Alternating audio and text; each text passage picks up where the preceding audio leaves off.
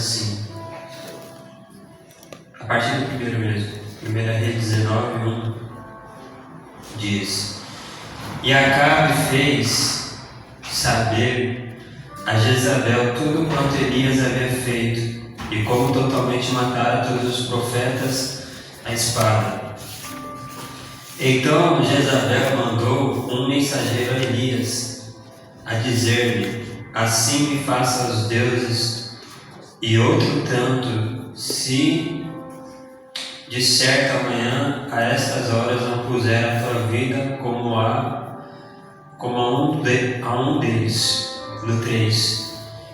O que vendo eles, levantou e para escapar com vida se foi, e veio a Berseba, que é de Judá, e deixou ali o seu moço.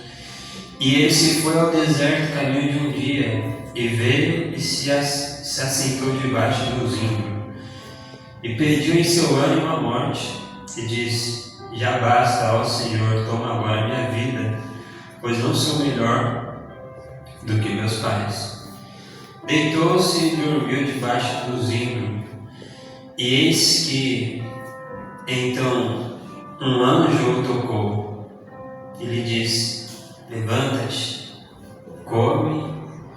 E olhou, e eis que à sua cabeceira estava um pão cozido sobre as brasas e uma botija de água. E comeu e bebeu, e tornou a deitar-se. O anjo do Senhor tornou segunda vez, e o tocou e disse: Levanta-te e come, porque muito comprido te será o caminho. Levantou-se, pois, comeu, bebeu, e com a força daquela comida caminhou 40 dias e 40 noites, até Horebe, o monte de Deus. Vamos reler o 7. Diz assim: E o anjo do Senhor tornou segunda vez e tocou e disse: Levanta-te e come, porque muito comprido te será o caminho. Amém? Só aqui, feche seus olhos com a sua cabeça. Deixa eu fazer uma rápida oração para essa palavra. Meu Deus e meu Pai, muito obrigado por esse momento de ministração, por essa grande oportunidade. Eu te agradeço, Senhor Jesus. Desde já, Senhor Jesus, eu me vejo muito satisfeito, muito alegre por estar na Tua presença, podendo ministrar a Tua Santa Palavra. Abençoa cada vida que vai ser ministrada por essa mensagem que o Senhor vai trazer, Senhor Jesus, à luz da revelação. Fale conosco através, Pai, dessa mensagem, em nome do Senhor Jesus, que eu não venha falar nada de mim mesmo, que o Senhor possa tomar a direção, Pai, desta mensagem, desta palavra, em nome do Senhor Jesus, que eu venha desaparecer, que só o Senhor venha brilhar nesta manhã, em nome do Senhor Jesus. Repreende todo mal, toda distração e abençoe de maneira poderosa cada vida que vai ser alcançada pela Tua Santa Palavra. Que eu te peço, Deus, eu te agradeço.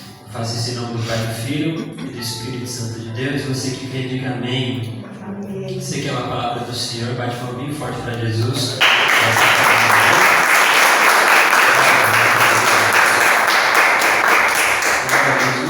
É um texto bastante conhecido, é uma passagem que fala acerca de Elias, um dos maiores personagens bíblicos do Antigo Testamento, um profeta extraordinário, usado por Deus, que profetizou sobre Israel no período de muita apostasia, e ele declarou, por causa da apostasia do povo, porque o povo deixou de seguir o Senhor para seguir a Baal, ele declarou porque Baal era considerado um Deus ali que mandava a chuva, porque era um Deus que cuidava das colheitas, e essa tradição dentro do povo judeu é muito importante, né? Porque até o princípio bíblico das primícias vem por causa das colheitas, né? Então naquela época era tudo, a parte assim mais voltada para a parte financeira, era tudo voltado por essa parte do plantio mais agrícola. Então quando falava das primícias era justamente das colheitas, tudo que eles plantavam, a primeira parte das colheitas eles deixavam para Deus, e eles começaram a se desviar até desse princípio, porque eles começaram a declarar que era Baal que mandava a chuva, era o Baal que era ajudava ele nas colheitas, na fertilidade do solo. Então houve uma troca de valores ali, uma apostasia, a ponto de até as primícias do povo, né, já não era mais de Deus. Então a gente tem que tomar um cuidado com isso, é um princípio bíblico que o povo estava perdendo. Por isso Elias profetizou que não haveria mais chuva, para mostrar que o Deus que eles estavam seguindo não era o verdadeiro Deus, que o Deus que manda a chuva, o Deus que é dono dos céus e da terra, é só o Senhor, né? Então eles estavam trocando esse princípio de Deus, e a gente tem que tomar cuidado, porque quando a gente perde esse princípio de primícia na nossa vida, a gente vai deixar de honrar a Deus. E é lógico que é um princípio que está bastante ligado acerca de oferta, dízimo, mas vale para tudo na nossa vida. Se Deus perder as primícias da nossa vida, então dificilmente Ele vai continuar sendo nosso Senhor, porque Ele vai deixar de ser o Senhor, não, porque a gente vai deixar de ser servo dEle. Então a gente tem que tomar cuidado, porque quando fala de primícias, é acerca de tudo, né? Então hoje estamos aqui nesse domingo de consagração, você está dando a primícia do seu dia para Deus, extremamente importante, né? Então é sempre bom começar o dia com Deus. Sempre bom, isso é dar primícias para Deus, é você dar o melhor, que é sempre o primeiro é sempre o melhor, porque o primeiro você ainda está com toda a sua energia, com toda a sua força, não é? Então você vai conseguir fazer o melhor para Deus. Então, o que não é primícia é descaso. Então a gente tem que aprender esse princípio de primícias, que foi uma coisa muito importante que o povo perdeu nessa época de Elias. Deus levantou Elias e Elias profetizou contra Acabe, contra Baal. E além de profetizar contra e Deus confirmar aquela profecia, que é interessante porque, olha a profecia do profeta, ele fala assim: não haverá chuva.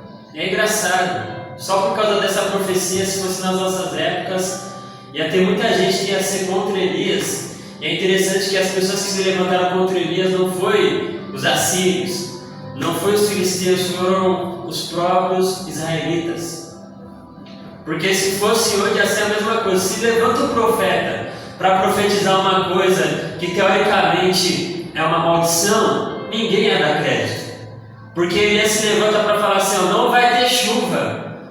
E quando não tem chuva é bênção, é maldição. É o quê? É uma bênção, não vai chover durante 3 anos, né? Todo mundo vai dar glória a Deus. Não, é uma coisa, irmão, que é uma maldição. Ele jogou uma maldição, mas era uma profecia direcionada por Deus, porque Deus não estava se agradando. Então a gente tem que entender uma coisa que, irmão, as profecias de Deus não vai falar só a respeito de coisas boas que vai acontecer. Profecia de Deus também fala, infelizmente, de muita coisa assim que a gente vai considerar como desgraça. Por quê? Porque a profecia de Deus não expressa a vontade de Deus. A gente pega nesse contexto. Será que era a vontade de Deus que não tivesse mais chuva? Não. Mas por que Deus confirmou aquela palavra?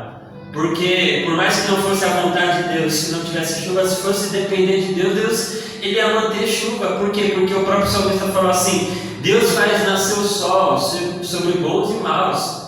Então Deus, Ele é bom, Deus, Ele é compassivo, mas Ele também é justo. Ele viu que aquela profecia era uma profecia justa porque o povo tinha se desviado. E a profecia, por mais que falasse que não ia ter mais chuva, estava pondo em xeque a confiança do povo em Baal. Então, por que foi justo diante de Deus? Porque agora, eles que tinham se esquecido do Senhor, iam estar por conta própria. Então Deus confirmou. Deus fechou os céus. Então a gente tem que entender uma coisa: Deus, Ele confirma a palavra de quem anda na presença dEle. E se tiver um caráter de justiça, Deus, Ele vai operar. Nosso problema é esse. Nosso problema é que a gente, infelizmente, são poucos que conseguem alcançar um nível de autoridade espiritual igual a de Elias, mas são muitos que querem profetizar igual a Elias. Então é pouco, você conta no tempo das pessoas que realmente têm uma comunhão, uma profundidade espiritual no nível de autoridade igual a de Elias. O cara profetizou que não ia ter chuva, não choveu. Ele falava assim: se eu sou homem de Deus, que desça fogo e consuma. essas pessoas que estão perseguindo. Acontecia, porque ele tinha autoridade com Deus. Se você pegar a biografia de Elias, a única coisa que você vai ver registrada é que ele era servo de Deus, que ele andava com Deus. O que ele mais fazia da vida? Mais nada. Ele só vivia debaixo da presença do Senhor. O que Deus falava para ele fazer. Elias não tinha nada nessa terra, ele só tinha uma coisa, a presença de Deus. Então a gente não está pronto para isso. De maneira geral, a gente não está pronto para isso. Se o crente passar pela cabeça dele que ele vai perder o emprego, ele fica desesperado. Passar pela cabeça dele que ele vai perder a família, ele fica desesperado. O que ele tinha? Elias não tinha nada, por quê? Porque ele abriu mão de tudo. Não é porque Elias era um derrotado, não, era porque ele abriu mão de tudo. Ele escolheu se reservar para Deus, porque isso era necessário para ele cumprir a missão dele na terra, que era servir a Deus dessa maneira poderosa, a ponto de ser registrado na Bíblia para hoje ser uma base para a nossa fé. Mas, irmão, é incrível como as pessoas não querem pagar o preço de uma vida igual a vida de Elias. É incrível como as pessoas não têm autoridade espiritual no mesmo nível de Elias. E é incrível como mesmo assim as pessoas ainda não querem profetizar igual Elias. Quando alguém irrita um crente, nossa, né, o que tem de crente que sai praguejando, e sai amaldiçoando, e sai falando Deus vai fazer justiça, Deus vai me vingar porque eu sou de Deus, não sei o quê. Esperando que alguma coisa vai acontecer. Irmão, olha, Deus ele faz justiça, mas ele não faz justiça para agradar a nossa vontade. Então não parou de chover porque também era a vontade de Elias. Porque se você perguntasse para Elias, você acha que Elias ia querer que parasse de chover? Quem estava vivendo na terra naquela época? Quem? O próprio Elias. Se não ia chover para ninguém, também não ia chover para quem? Para Elias. Aí sabe aquelas coisas de profeta que você profetiza, depois você fala assim, meu Deus, o que foi que eu profetizei? Então não era a vontade de Elias. Então você tem que entender que Deus vai confirmar uma coisa, não é porque é a sua vontade. Não, ele vai confirmar baseado naquilo que ele define como justiça. Não é aquilo que a gente acha, não. É porque Deus vai fazer, porque ele vai me honrar, né? E no fundo é porque você quer que isso aconteça. Ou seja, é a sua vontade, não é a vontade de Deus. Então, Elias não profetizou aquilo porque também era a vontade de Elias. Porque Elias também dependia da terra tanto quanto Acabe, ou o povo de Israel. O que Elias vai fazer?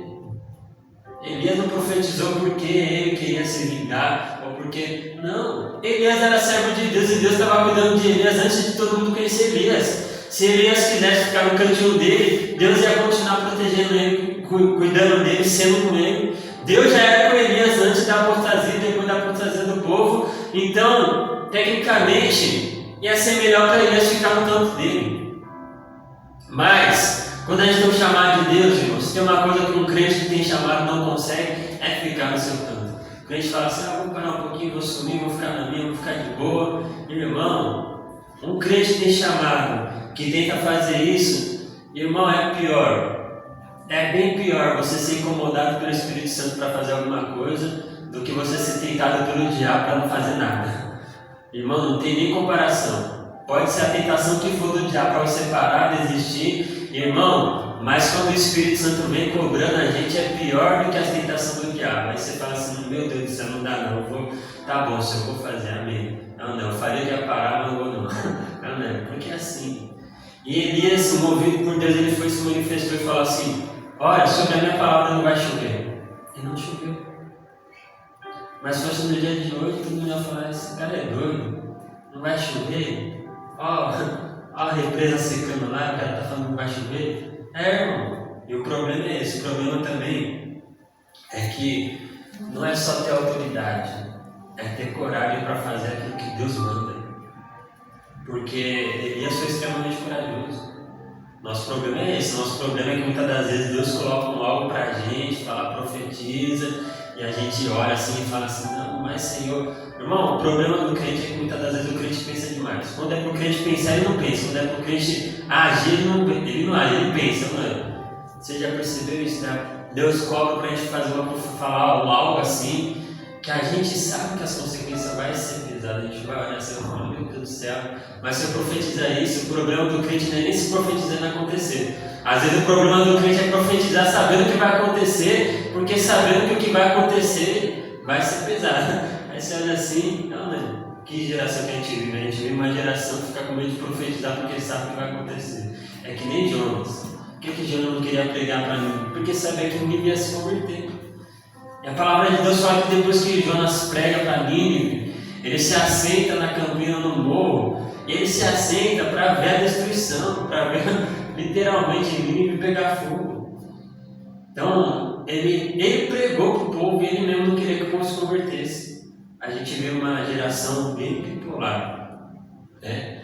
Mas Elias, ele profetizou porque ele não foi movido por ele mesmo, ele foi extremamente corajoso, ele sabia o que ele estava profetizando, sabe?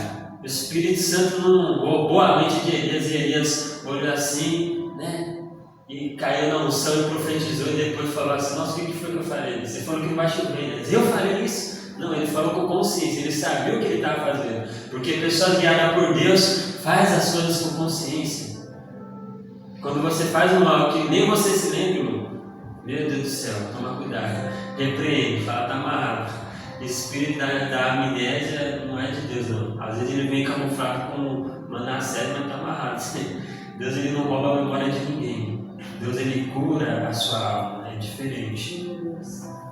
E aí Elias profetizou, e porque ele profetizou não teve chuva.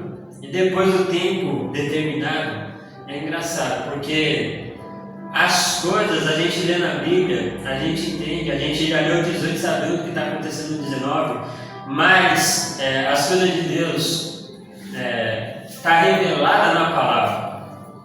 Elias não sabia o que ia acontecer. Elias profetizou, ele sabia que Deus estava guiando ele. Mas Elias, ele não sabia que depois de 3 anos e meio, Deus ia mandar chuva da maneira que Deus mandou. Elias não sabia que depois de 3 anos e meio, Deus ia levantar ele para fazer um desafio contra os profetas de Baal. Porque é que nem na nossa vida, tem coisa que a gente está fazendo hoje que a gente não sabe o que vai acontecer amanhã. Elias, ele não tinha esse poder de conhecer o futuro, Deus tinha. Então Elias, ele não está sabendo, mas tudo que ele está vivendo está preparando ele para um algo maior. Ele liberou uma profecia, mas Deus já estava preparando ele para um confronto espiritual maior. Então, irmão, você quer estar sempre preparado para os seus confrontos espirituais? A melhor maneira de você se preparar é sempre obedecendo a direção de Deus. Porque a gente não é capacitado para nada, mas quando a gente obedece, Deus vai garantir que a gente vai estar sempre preparado para todos os desafios que vai surgir na nossa vida. Porque Deus fala para Elias, se você for ler, você vai ver que Deus fala para Elias: agora vai e mostra-te a Acabe. Ele foi e mostrou-se a Acabe.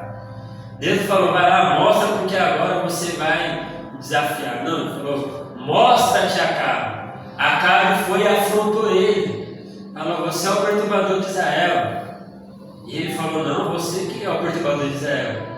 É você que saiu da direção de Deus, você que abandonou o Senhor, você que está perturbando Israel. E aí Acabe afronta ele ali, daí ele faz um desafio, porque Elias, ele não gostava muito de levar desafio para casa. Ele falou assim: então eu sou o perturbador? Aí Acabe falou: é. Aí ele falou: então é o seguinte, então traz seus profetas e a gente vai fazer um desafio lá no Monte Carmelo. Traz todo o povo. Então são coisas que vão acontecendo, a gente acha, porque a gente lê a Bíblia, a gente acha que vai ser assim na nossa vida, que a gente vai entender tudo de uma vez, ou que Deus vai falar pra gente tudo de uma vez. Não, as coisas vão acontecendo conforme a gente vai vivendo. Mas ele estava pronto por quê? Porque todas as vezes que Deus falava com Elias, ele não debatia contra a direção de Deus. Vai se esconder, né, ali no Ribeirinha, vai para casa de uma mulher que obedia, volta para Israel, ele sempre obedecia. Até que chegou esse ponto onde ele desafiou os profetas, ele clamou ao Senhor por 7 vezes, Deus, ele derramou chuva ali. E é interessante, irmão. Depois de tudo isso, depois de Elias ser grandemente usado por Deus, Jezabel, ele ela fica sabendo que depois do desafio Elias mata todos os profetas de Baal, e Jezabel manda um mensageiro. Jezabel, ela manda um mensageiro para Elias. Qual que era a mensagem? Era ali uma mensagem falando que ela ia matar ele. Simplesmente isso. Uma ameaça de morte. E é engraçado que não foi a própria Jezabel que foi. Porque aí você vê uma retrospectiva, você vê que Elias foi corajoso o suficiente para entrar no palácio do rei, profetizar contra o rei. E se ele profetizou na cara do rei, né, com certeza a mulher do rei, que era Jezabel, estava do lado. Então ele encarou os dois para profetizar que não ia ter mais chuva. Aí depois que ele mata os profetas de Baal, ela manda mensageiros para ele, ela manda um mensageiro. E o mensageiro, né, eu creio que ele fez o trabalho dele de uma maneira formidável. Eu acredito que o mensageiro foi melhor, a mensagem do mensageiro foi melhor do que a ameaça de Jezabel. Eu acredito que do jeito que o mensageiro falou, né, eu acho que esse é o detalhe mais intrigante. Eu tenho quase certeza que se a própria Jezabel fosse falar com Elias ia repreender Jezabel. Mas porque ela mandou um mensageiro. Por que eu estou falando isso? Porque, irmão, acredite ou não, essa é uma das estratégias do diabo. Irmão. Muitas das vezes, não sei se você está entendendo isso, mas muitas das vezes o diabo sabe que se ele aparecer para você de chifre, de rabo, cuspindo fogo na sua cara, falando que você é um maldito, não, né? Se acontecer isso na frente de um crente, a primeira coisa que o crente fala é: tá amarrado, sai pra lá, Satanás, não é? Mas você sabe que o que mais desequilibra o crente na sua emoção, no seu lado emocional, que constitui também a sua fé, não é as ameaças do diabo, mas é a maneira como ele usa os mensageiros dele. Você já percebeu isso? Primeiro, porque a gente não sabe quem pode ser o mensageiro do diabo. Pode ser quem menos você espera. Talvez uma pessoa até da sua confiança. Às vezes uma pessoa até da sua família. Às vezes uma pessoa até da sua igreja. O que desestabiliza mais não é a ameaça. Porque a ameaça de morte ele já recebia constantemente. Mas quando a palavra de Deus fala assim: Jezabel mandou um mensageiro. Irmão, isso me chama a atenção. Por quê? Porque analisando a vida cristã, eu vejo que muitas das vezes uma afronta do diabo não desanima um crente. Eu vejo que muitas das vezes uma ameaça do inimigo não desanima um crente. Eu vejo que muitas das vezes o crente é confrontado por uma ameaça do diabo e ele encara pela fé. Mas quando o diabo, em vez de afrontar diretamente, manda um mensageiro, irmão, o que eu já vi de crente perder a espiritualidade porque entrou na conversa do mensageiro do diabo. Porque aqui a ordem do mensageiro era trazer a ameaça de morte. Mas nem sempre vai ser assim que o diabo vai trabalhar. Ele vai enviar um mensageiro, mas às vezes a mensagem do mensageiro do diabo é uma fofoca, é uma intriga, é uma contenda. Então às vezes eu vejo, principalmente quando a gente acha libertação, aí às vezes o cara o demônio fala assim: ah, você não é de nada. A gente não vai se convencer porque o demônio fala que você é de nada. Mas o que eu já vi de pessoas que acabou a discussão do demônio, sai do culto, encosta o mensageiro do diabo e fala assim: irmão, a irmã ali falou que seu culto foi frio, falou que você não tem unção. Ela falou isso? Falou. Irmão, para de dar ouvido para o mensageiro do diabo. Você já suportou tanta afronta diretamente do inimigo. O diabo já lutou com você até em sonho. Não é? Aí você vai perder a sua espiritualidade por causa do mensageiro do diabo. Irmão, estou falando aí que, né? Seu dia está contado aonde? Na terra, glória a Deus, vamos para a glória, né?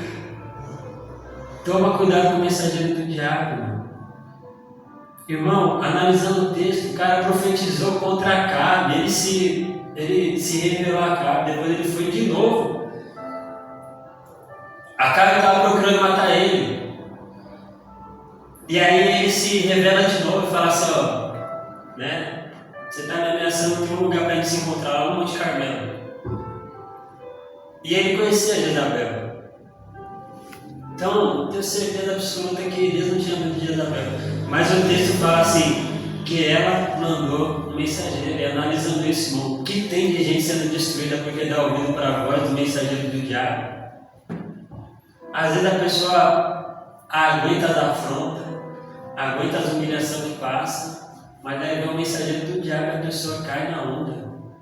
Quantas pessoas não já saíram da direção de Deus porque dão ouvido ao mensageiro do diabo? O diabo é o cara da mentira. Todo mensageiro dele é mentiroso. Esse aqui, inclusive, também é mentiroso. O cara veio falando assim que Jezabel está falando que vai matar Elias. Não tem essa. Quem está debaixo da proteção de Deus, os nossos dias estão contados diante de Deus, não é diante dos homens. Aleluia. E ainda que o homem possa ter esse poder de fazer algo mal, pela fé que a Bíblia nos revela, a gente não deve temer aquilo que os homens podem fazer. O homem pode matar só o corpo. O nosso Deus tem poder de condenar até a alma. Então tudo que o homem possa fazer contra as nossas vidas não tem comparação nenhuma com aquilo que Deus pode. E assim como Deus pode condenar uma alma, Ele também pode salvar a alma de quem Ele quiser. Fazendo isso, Ele também vai cuidar do seu povo, mas já é protegido por Deus. E essa fé tem que se manifestar em você. Você está nas mãos de Deus. Então não importa, irmão, mas eu estou passando uma ameaça de morte. Irmão, eu quero ver quem é o capeta que vai ter poder para matar um crente. Não tem isso não, mano. A não ser que Deus, que Deus recolha. E aí também depende muito da fé de cada um. Você tem que ter fé no seu coração de que, sabe? Tem coisa que a gente não aceita. O que você não aceita pela fé, se você não aceitar, se você repreender, se você não aceitar, se você firmar essa fé no seu coração, vai ser conforme a sua fé. Não é? Tem gente que aceita qualquer coisa. Não é? Então, não, você não pode aceitar qualquer coisa para a sua vida. Não é? Eu quero morrer bem com Deus, descansar em nome de Jesus. Não é? Eu não gosto dessas coisas. Não. O crente morreu como? Um acidente de caminhão. Está amarrado isso aí. Não. Quem faz acidente é o diabo. Não é? Então, não que não possa acontecer, pode. Geralmente é por imprudência. Mas, sabe, a gente vive uma geração de que o crente, o diabo, sei lá, parece que o diabo, qualquer coisa que o diabo quer fazer na vida do crente, ele ganha legalidade porque a pessoa deixa, está amarrado, irmão. Agora, não. A gente não pode ficar aceitando as obras de destruição do diabo.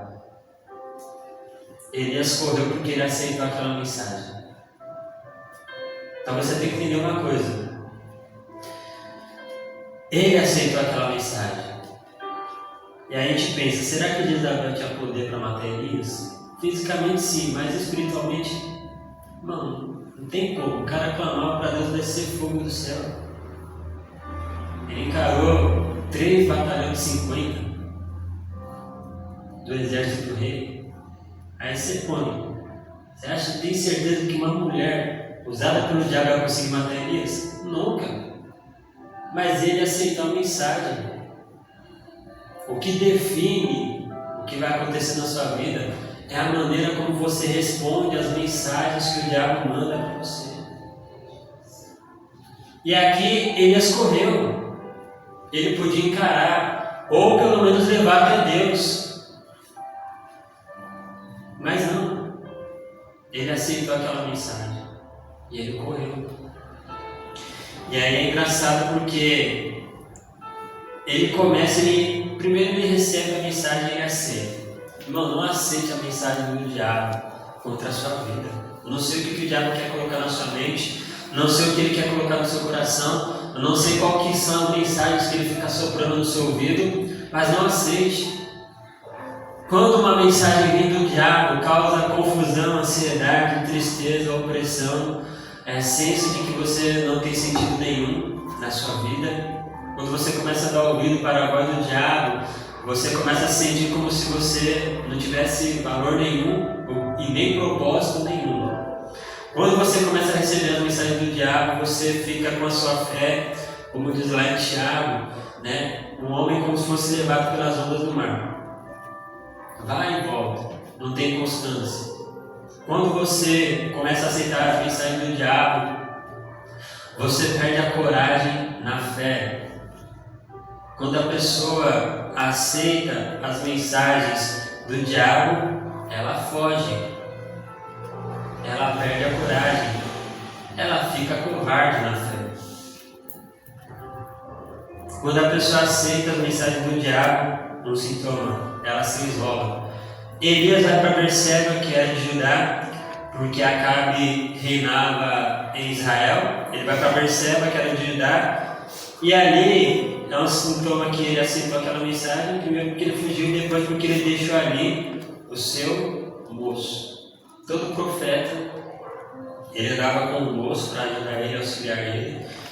E Elias pega o seu moço e deixa em Berseba. Porque, por causa daquela mensagem, agora ele está trilhando um caminho para Horebe. Mas Horebe é o monte de Deus. Mas esse caminho que ele está trilhando para Horebe, não é porque agora ele quer se aproximar de Deus, mas é porque ele quer se aproximar de Deus com uma desculpa ali. A desculpa é que ele quer se aproximar de Deus, mas a intenção é de desistir. Então ele está caminhando agora para Horebe. E se ele está caminhando para Horebe, ele está desistindo do seu chamado, do seu ministério. E aí é uma coisa interessante, ele deixa para trás o seu moço. Tem duas coisas importantes nisso, porque primeiro porque ele está se isolando. Ele andava direto com aquele moço ali que servia a ele. E aí agora ele está deixando o moço engrudado. Talvez na cabeça dele é para proteger. Falar assim, não, eu vou deixar você aqui, é melhor você parar de andar comigo, porque estão querendo me matar, se você andar comigo eu vou querer te matar também. O moço não faz nenhum questionamento. Fala assim, se Elias fala para o moço, vamos comigo, o moço ia continuar com ele. Então, irmão, a gente tem que tomar cuidado com as nossas posturas de desistência, achando que a gente está protegendo alguém. E a gente começa a se isolar, deixar os outros de lado, para de investir em amizades e irmandade da comunidade da fé. Todo tipo de isolamento, irmão, vai trazer pontos negativos para a nossa vida, e quando você vive da vida espiritual, pior ainda. Então, uma coisa interessante, por que o diabo gosta quando você se isola? Por vários motivos. Um dos motivos é que quando você está sozinho, a sua natureza carnal vai aflorar mais do que a sua natureza espiritual. Quando você está sozinho, a sua carne vai querer tomar o controle da sua vida. Então, se isolar é uma brecha para viver na carne. Se você tem essa mentalidade de ser o lobo solitário da fé e tal, você vai conseguir ser bem carnudo assim. Quem se isola vai ter que confrontar, ou vai ser confrontado pelos seus maiores desejos carnais. Você vê que as maiores burradas que uma pessoa faz na vida dela, geralmente ela faz no momento que ela estava sozinha. Você pega o exemplo de uma criança. Se a criança estiver na presença do pai, ela vai fazer muita bagunça, ela vai bagunçar, mas quando ela está na presença do pai, ainda que ela bagunce, o pai vai conseguir ter uma resposta rápida naquela intervenção. Agora deixa uma criança sozinha. E se cada criança pôr fogo na casa, explodir tudo, é assim. Quando a gente começa a se isolar, a gente não consegue perceber o quanto isso é destrutivo para nossas vidas. Quando a gente começa a se isolar, a gente vai ser confrontado por pensamentos carnais, por emoções carnais, por desejos carnais. E é extremamente difícil você resistir sozinho por muito tempo. Você tem uma capacidade de resistência. Mas se você permanecer sozinho por muito tempo, essa capacidade vai diminuindo. Então, dificilmente você vai durar muito se você ficar sozinho. Elias, ele tenta se isolar. Quando você se isola, você dá brecha para o orgulho. Por quê?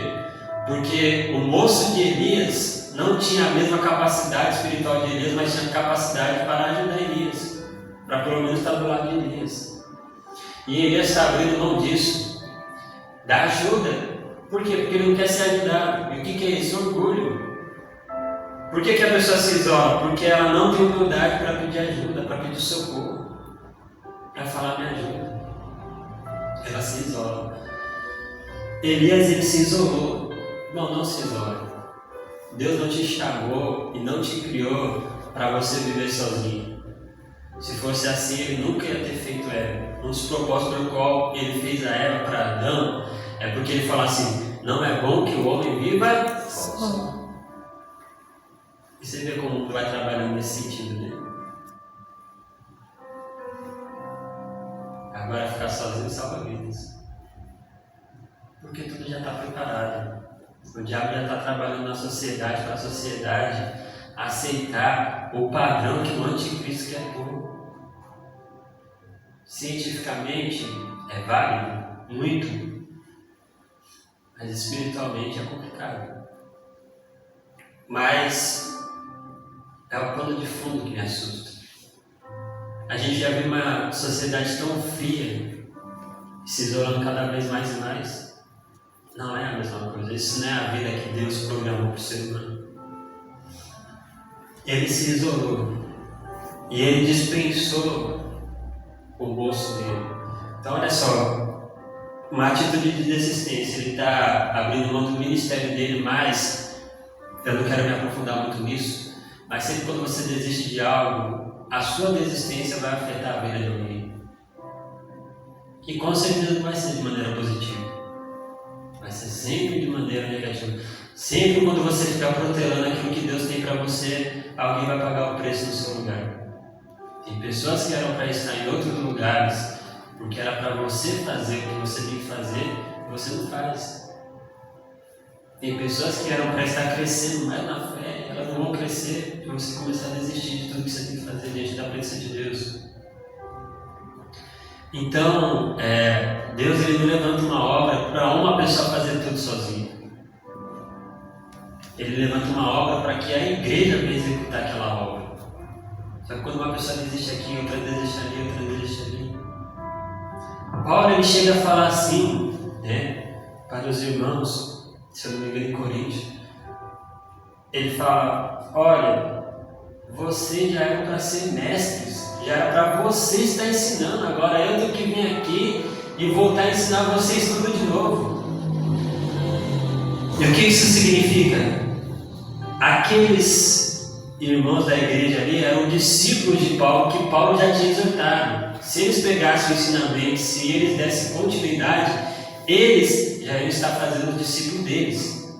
Mas como eles não estavam pondo em prática, como eles estavam protelando o chamado, como eles estavam, não obedecendo à vontade de Deus, segundo o chamado deles, Paulo teve que voltar para refazer a obra na vida de pessoas que já tinham sido ministradas. Então olha como é prejudicial o crescimento da obra de Deus, o crescimento da nossa vida espiritual, a ajuda para que o reino de Deus venha crescer na terra. Depende muito da nossa postura. Quando você desiste, você está, infelizmente, atrapalhando bastante o reino de Deus. Então, ele não estava enxergando isso, mas ele estava desistindo do chamado dele. E junto com o chamado dele, ele estava enterrando o chamado do moço dele. Porque esse moço aqui não era Eliseu. Era um outro moço que andava com ele. Ele só foi estar daqui e por aqui ficou. Por quê? Porque ele desistiu dele. Não diretamente, mas indiretamente. Por quê? Porque ele estava desistindo de si mesmo. Quando você desiste de você mesmo, pode ter certeza que você vai estar enterrando o sonho de outras pessoas também, em nome, infelizmente, não nem falo mais. Então toma cuidado. Faça o que Deus quer que você faça, não desista. Aí ele vai para o deserto. É engraçado, porque nessa passagem a gente tem uma revelação muito interessante do que é o deserto na vida do crente.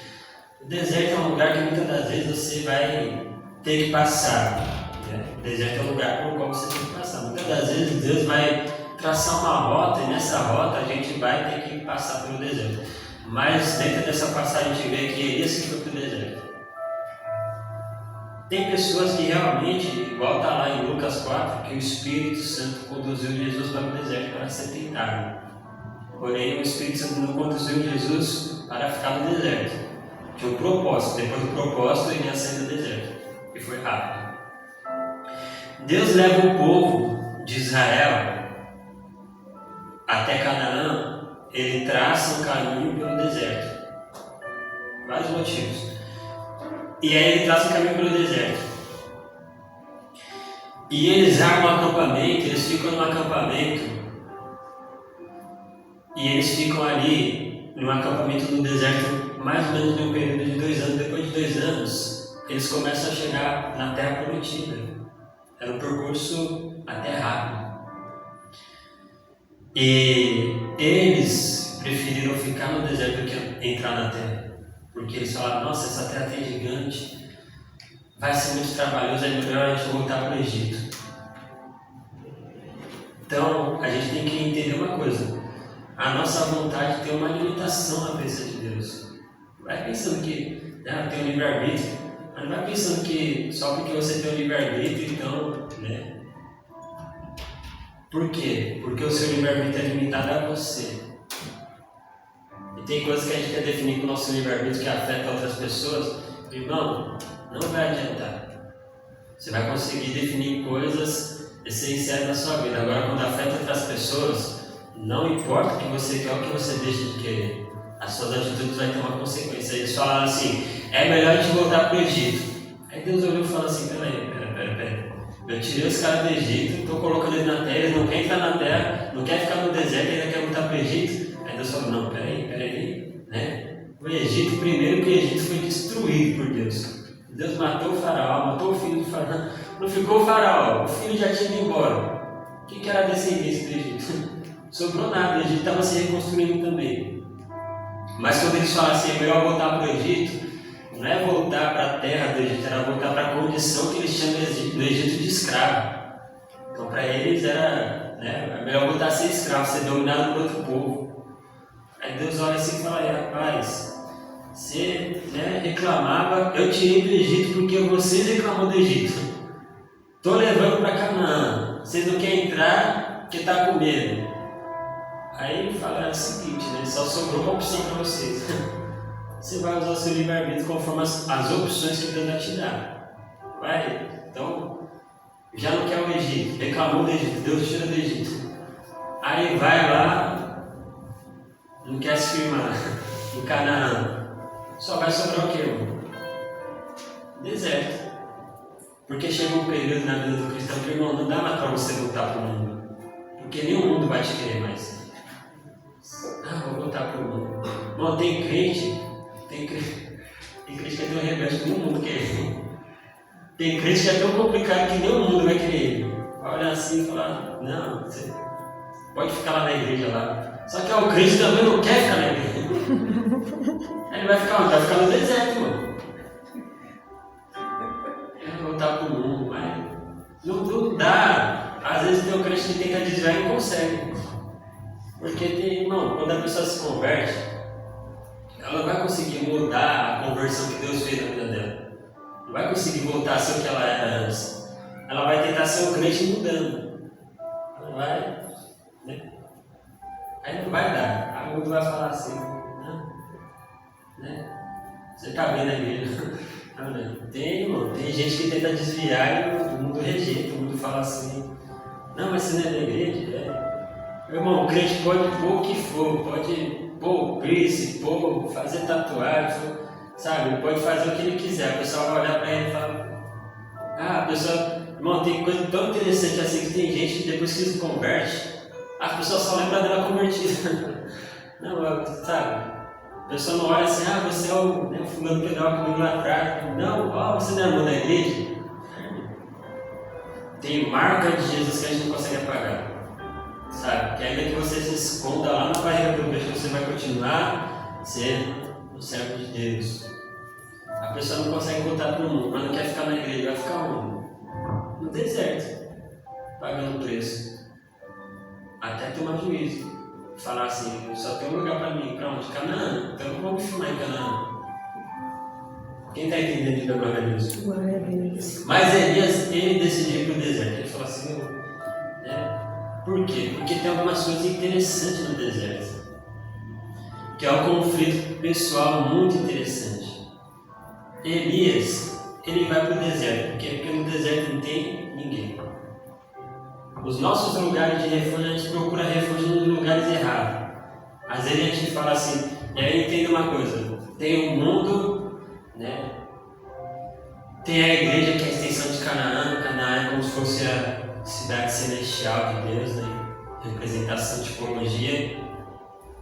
Irmão, e o deserto? O deserto é a vida da pessoa, quando a pessoa não quer fazer a vontade de Deus. Então muitas das vezes seu deserto vai ser ficar trancado no seu quarto. Por quê? Porque o deserto é um lugar que não tem ninguém te enchendo o saco, ninguém falando nada para você. É um refúgio mental e ilusório. Aqui ninguém fala nada, aqui ninguém conhece. Então o deserto é esse lugar onde você se sente aparentemente sozinho, mas você acha que essa solidão vai te ajudar a ficar bem porque os outros te magoaram. Então o problema não está em você, está nos outros que te magoaram. Mas a mágoa está onde? No coração de quem? Sim. Então quem que tem que se limpar? É assim que funciona no mundo espiritual. Ah, mas as pessoas erraram, elas vão acertar com Deus. Ah, mas as pessoas não estão sendo crentes de verdade. Rapaz, é uma coisa muito complicada para a gente definir assim.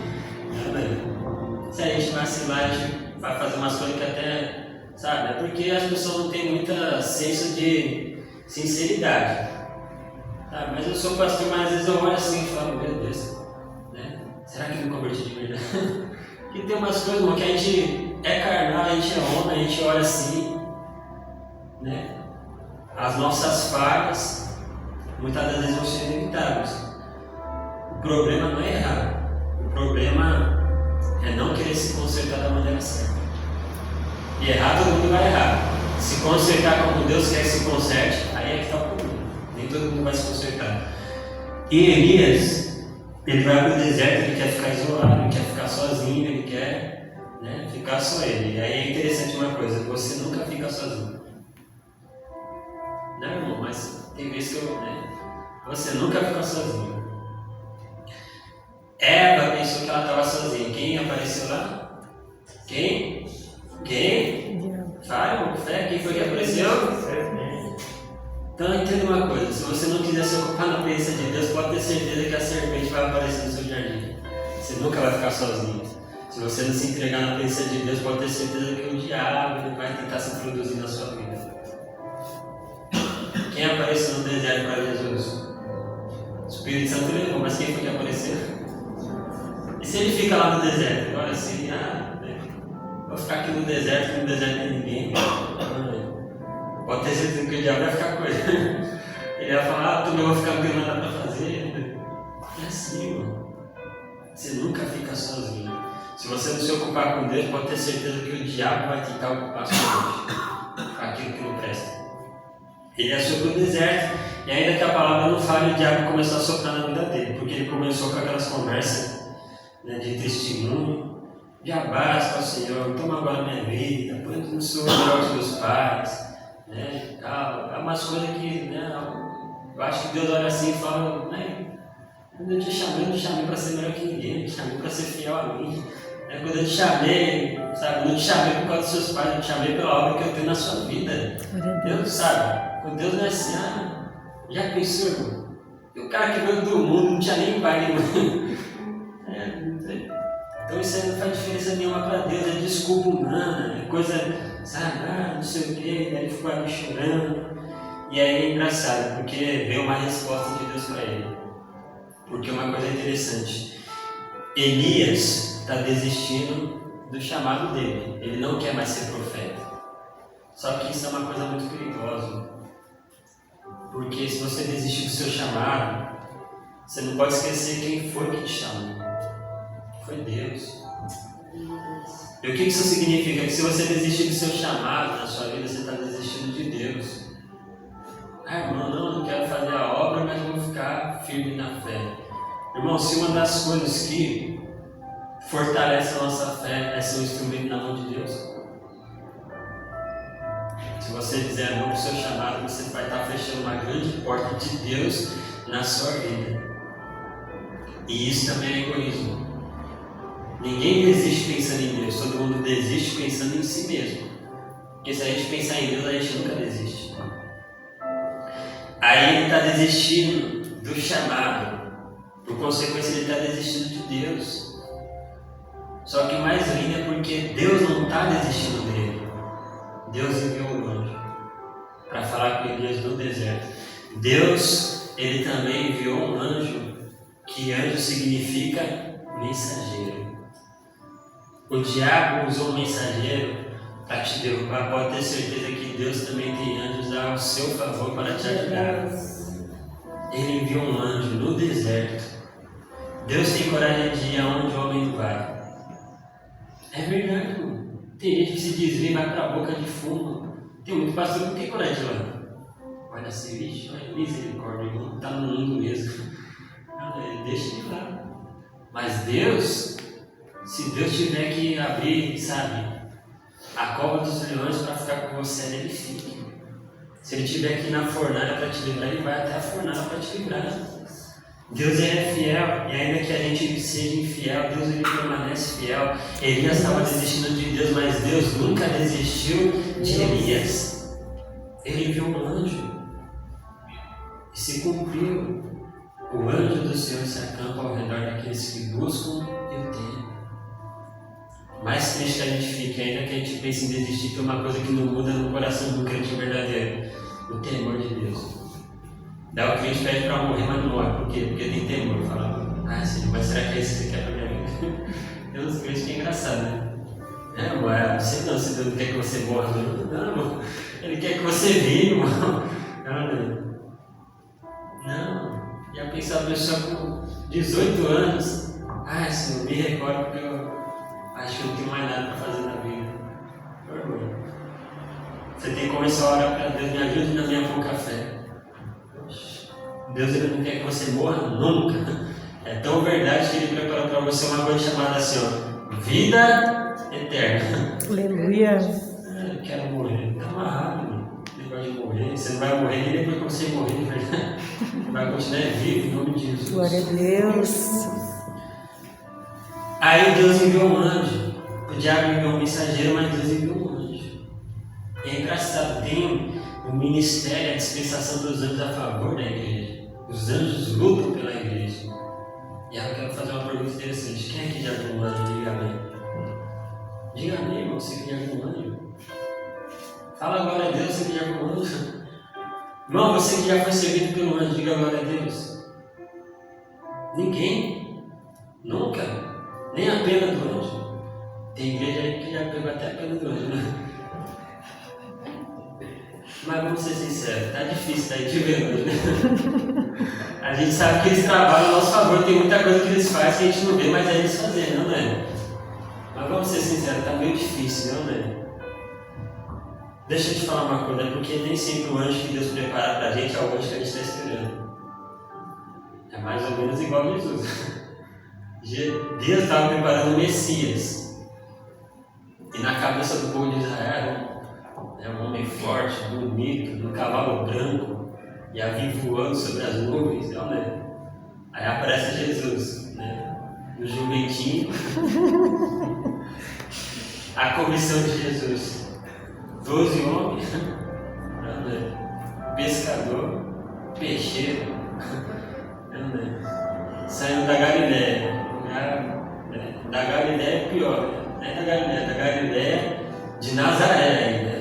Entendeu? É tipo, é do Rio Pequeno, não, do Sapé, não, do Miolo, é lá do fundo, né?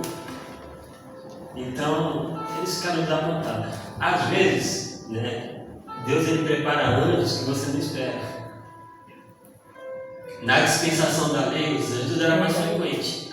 Na dispensação da lei, mas vamos dar um desconto também. Os caras só tinham, né? Eles não tinham graça a favor dele, então os anjos trabalhavam mais de maneira visível na dispensação da lei, no Antigo Testamento. Agora, no Novo Testamento, Deus levantou anjos de maneira diferente. Às vezes você ora para Deus e envia um anjo para você, e aí você fica olhando para o céu, esperando na hora que o céu vai se abrir, o anjo vai entrar pela sua janela com uma asa dourada, né? Para fazer que nem Daniel, né? Serva muito amada, eu vim aqui porque Deus ouviu a sua oração. Não, mas Deus ele já preparou anjos para te ajudar. E a esses anjos, ele fala lá em Apocalipse, e ao anjo da igreja que está em Éfeso, escreve. Não é que ele me gabaram, mas é verdade. Os anjos que Deus preparou para te ajudar na sua caminhada da fé hoje são os pastores e os líderes. Eles são os anjos da igreja. Por quê? Porque aqui o anjo vem para Elias não parar. E para Elias não parar, o que o anjo preparou para ele? Pão e o que mais? E água. Aqui é uma revelação da dispensação da graça. Os anjos que Deus levanta, os pastores, para quê? Para te dar pão e água.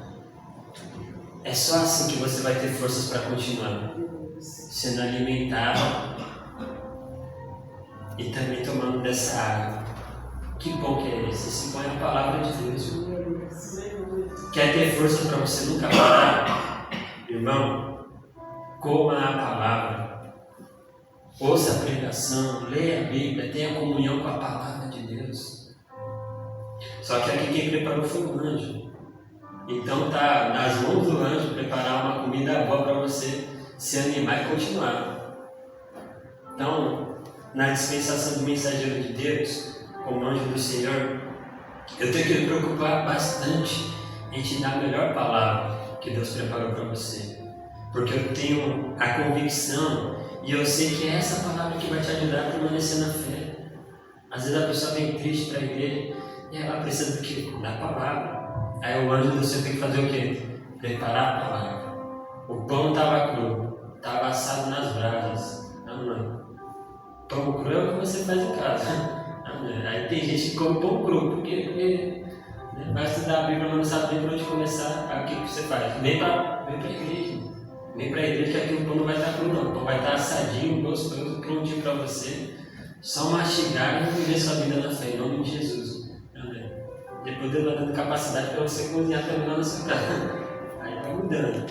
Mas ele preparou pão e água. E o que é água? Para finalizar. Isso aqui é extremamente importante. Sem água, você não vai muito longe. E falta de água vai ter um efeito na sua vida espiritual pior do que a falta do pão. Pão é a palavra. Mas se não vem a água também, não é. E aí, assim, no conceito da época, teve uma coisa. O pão estava assado. Mas é engraçado, quando a gente lê a palavra de Deus, a gente pensa que ele estava comendo pão francês. Pão de banhar, né? A gente olha assim, daí a gente fica imaginando aquele pão francês. Não. Era pão, o pão da época era como se fosse. Como é que fala? Não era o pão tradicional, era pão Atos. Então era mais crocante, que agora eu não fugiu a memória. Mas é o mesmo que faz a panqueca ali, que faz. Massa folhada. Isso, daí a gente tem esse conceito. Então por que fala assim da água? O meu pão é porque quem é do norte vai entender. Né? Quem é do norte não tem essa confusão se é bolacha ou biscoito. É bolacha. E a bolacha do norte é seca, né? Aí como é que a gente toma, né? A gente come a bolacha com cafezinho. Então, assim, se fosse na nossa época aqui, ia ser... Hoje é trazer bolacha e café. E a gente não gosta de tomar água não. Mas na época ele levou a água, por quê? Porque era uma mordida do pão e um gole na água. Por quê? Porque é a água que deixa o pão macio, para descer melhor. Sem a água, o pão fica seco, o pão fica duro, o pão não desce, né? O que é a água, irmão? A água é o Espírito Santo. Eu posso pegar para você a melhor mensagem do mundo. Se não tiver água, não vai descer, não vai rolar. E às vezes falta água, né, para quem está ministrando ou para quem está recebendo. Porque se você não tomar água também, não é.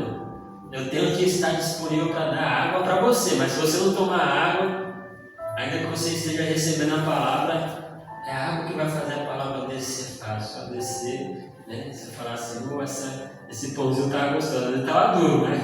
Mas por causa da água você engorda, né? Às vezes o pão estava daquele jeito, então, né? Quente, então, né? Aí vai descer por quê? Por causa da água. O que é a água? O Espírito Santo, a água, né? Vai fazer o pão descer. Você vai falar assim, né? O pão hoje estava duro, mas olha, né? Graças a Deus eu recebi a minha parte. A gente é meio complicado nessa hora. Eu recebi a minha parte, né? Qual foi? Desde a leitura até o amém. Então a gente tem que ter pão e água. Sem água vai ser difícil, sim.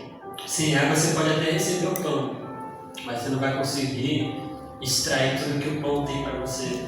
Ou seja, é mais ou menos assim. Você pode até receber o pão, mas se você não receber a água, aí você trazendo para a revelação completa.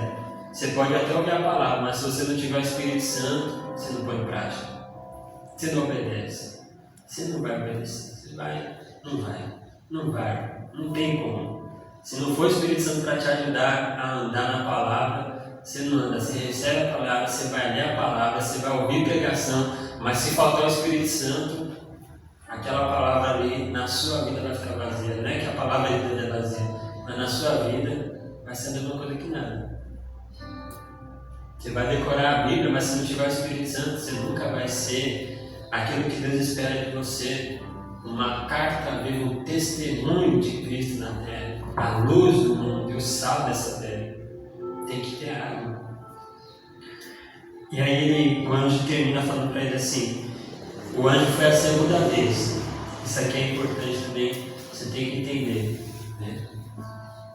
Ninguém come só uma vez no ano. Ninguém fica de pé comendo uma vez no ano. Meu irmão, qual foi a última vez que você comeu? Em janeiro. Então pode ter certeza que se isso fosse verdade, você já estava morto. Qual que foi a última vez que você bebeu água? Aí a gente esquece, eu não lembro. Mas eu tenho certeza que não foi há mais de um ano. Por quê? Porque são coisas que nos ajudam a viver, a viver a nossa vida, e tem que ser constante. Então você pode comer o pão e tomar água só uma vez. O anjo foi a segunda vez.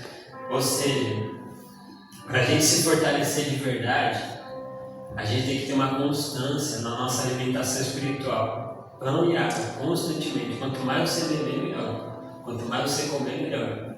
E é uma coisa que não tem dieta. Você pode soltar o freio, sabe? Se quiser comer de dia, de tarde, de noite, pode comer. Se quiser comer de madrugada, pode. Se quiser beber dessa água 3 horas da manhã, pode beber. Se quiser beber depois do meio-dia, pode beber de novo. Se quiser beber dessa água meia-noite, você pode beber. Se quiser beber dessa água a hora que você quiser sair ali e beber essa água ali na rua, você pode beber. Não tem limitação. Você só vai ficar mais cheio de Deus. Então, ele foi a segunda vez.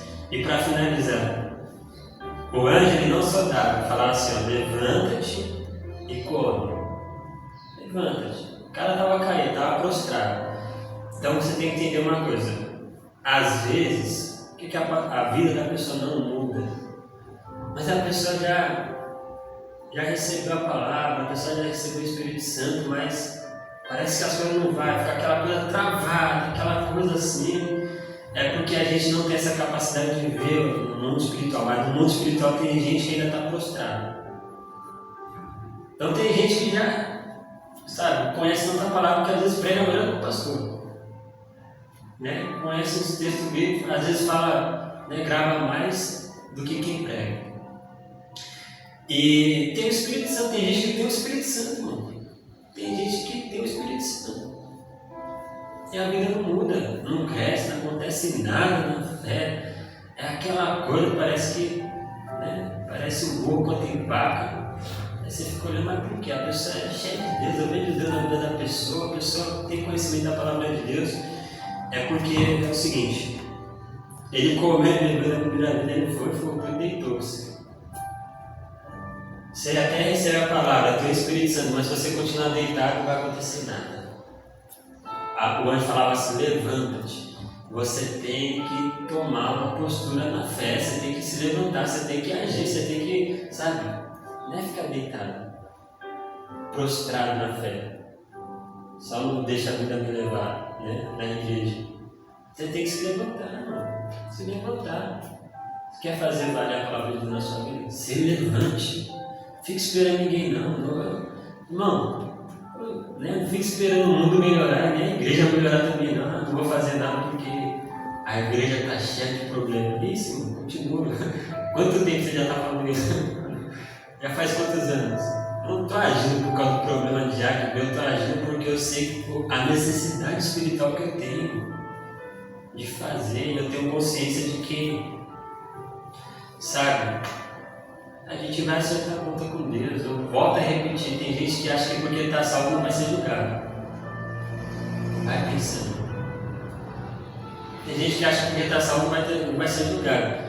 Não, você vai ser tão julgado que a palavra de Deus ainda fala que você vai ser julgado pelo fogo. E se a obra for reprovada, o fogo vai queimar. Vai ser uma lapada de fogo nas contas. Eu fico imaginando, vai ter crente, né? Vai estar no céu todo chamuscadinho. Então a gente tem que tomar uma postura na fé, fazer alguma coisa, agir. A vida é uma só. A única oportunidade que você tem de servir a Deus é aqui na terra. Ah, mas o teu salvo está bem. Irmão, mas você também vai ser julgado. Também vai ser julgado. Né? E aí ele se levantou. Daí ele levantou-se, comeu e bebeu. Ele comeu e bebeu, isso aqui é importante, porque tem gente que só quer comer. Só quero saber da palavra de Deus, mas ele bebeu também. É aquela coisa, é conhecimento e unção, né? Então a pessoa tem que tem que comer e tem que beber. Se você só comer, né, você vai ficar seco. Se você só beber, né, aí a água também não sustenta, né? Você vai conseguir você vai se manter vivo. A água te mantém vivo, mas só de água você não tem força, não. A pessoa não é. Faz o propósito tomando água. Você continua vivo, você não vai morrer. Mas não é a força. Se o cara trabalhar numa obra só tomando água, poxa, primeiro o saco de cimento que ele pegar e desmaia. Ele não suporta, não. Aí ele foi, com a força daquela comida, caminhou 40 dias, 40 noites, até Horebe, o monte de Deus. Com a força daquela comida. A palavra de Deus e o Espírito Santo tem uma força sobrenatural para derramar sobre as nossas vidas. É isso que vai fazer o diferencial para a gente conseguir perseverar até o fim. Ele chegou até Horebe, o monte de Deus. Ele conseguiu terminar a jornada dele aqui. Assim tem que ser na minha e na sua vida. Se você não se alimentar da palavra, nem do Espírito, você vai correr o risco de ficar pelo caminho.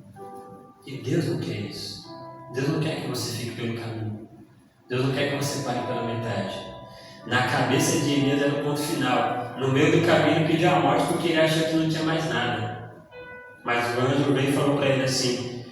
Na segunda vez ele tocou e disse: levanta-te e come, porque muito comprido será o caminho. Porque na nossa vida é assim. Cada novo problema que surge, a gente pensa que é o problema que vai destruir a gente. Não, irmão. Só acaba quando Deus determina a última palavra sair da boca do Senhor.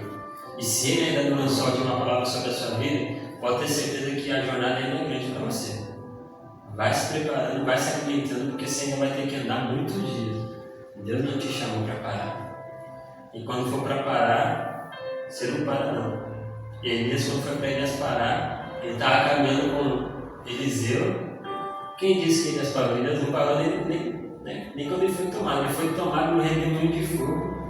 Ele começou a caminhada dele andando na terra e terminou andando no céu. Olha que coisa gloriosa. É assim. Então, se alimente. Beba dessa água. Jesus falou: aquele que crê em mim, assim como diz as Escrituras, do seu interior fluirão rios de águas vivas. Se revista com a presença de Deus. Por quê? Porque você não pode parar. Deus não quer que você pare, não quer que você desista. Amém? Quem crê nisso, diga glória a Deus. Glória a Deus. Se quer receber essa palavra, bate palma bem forte para Jesus.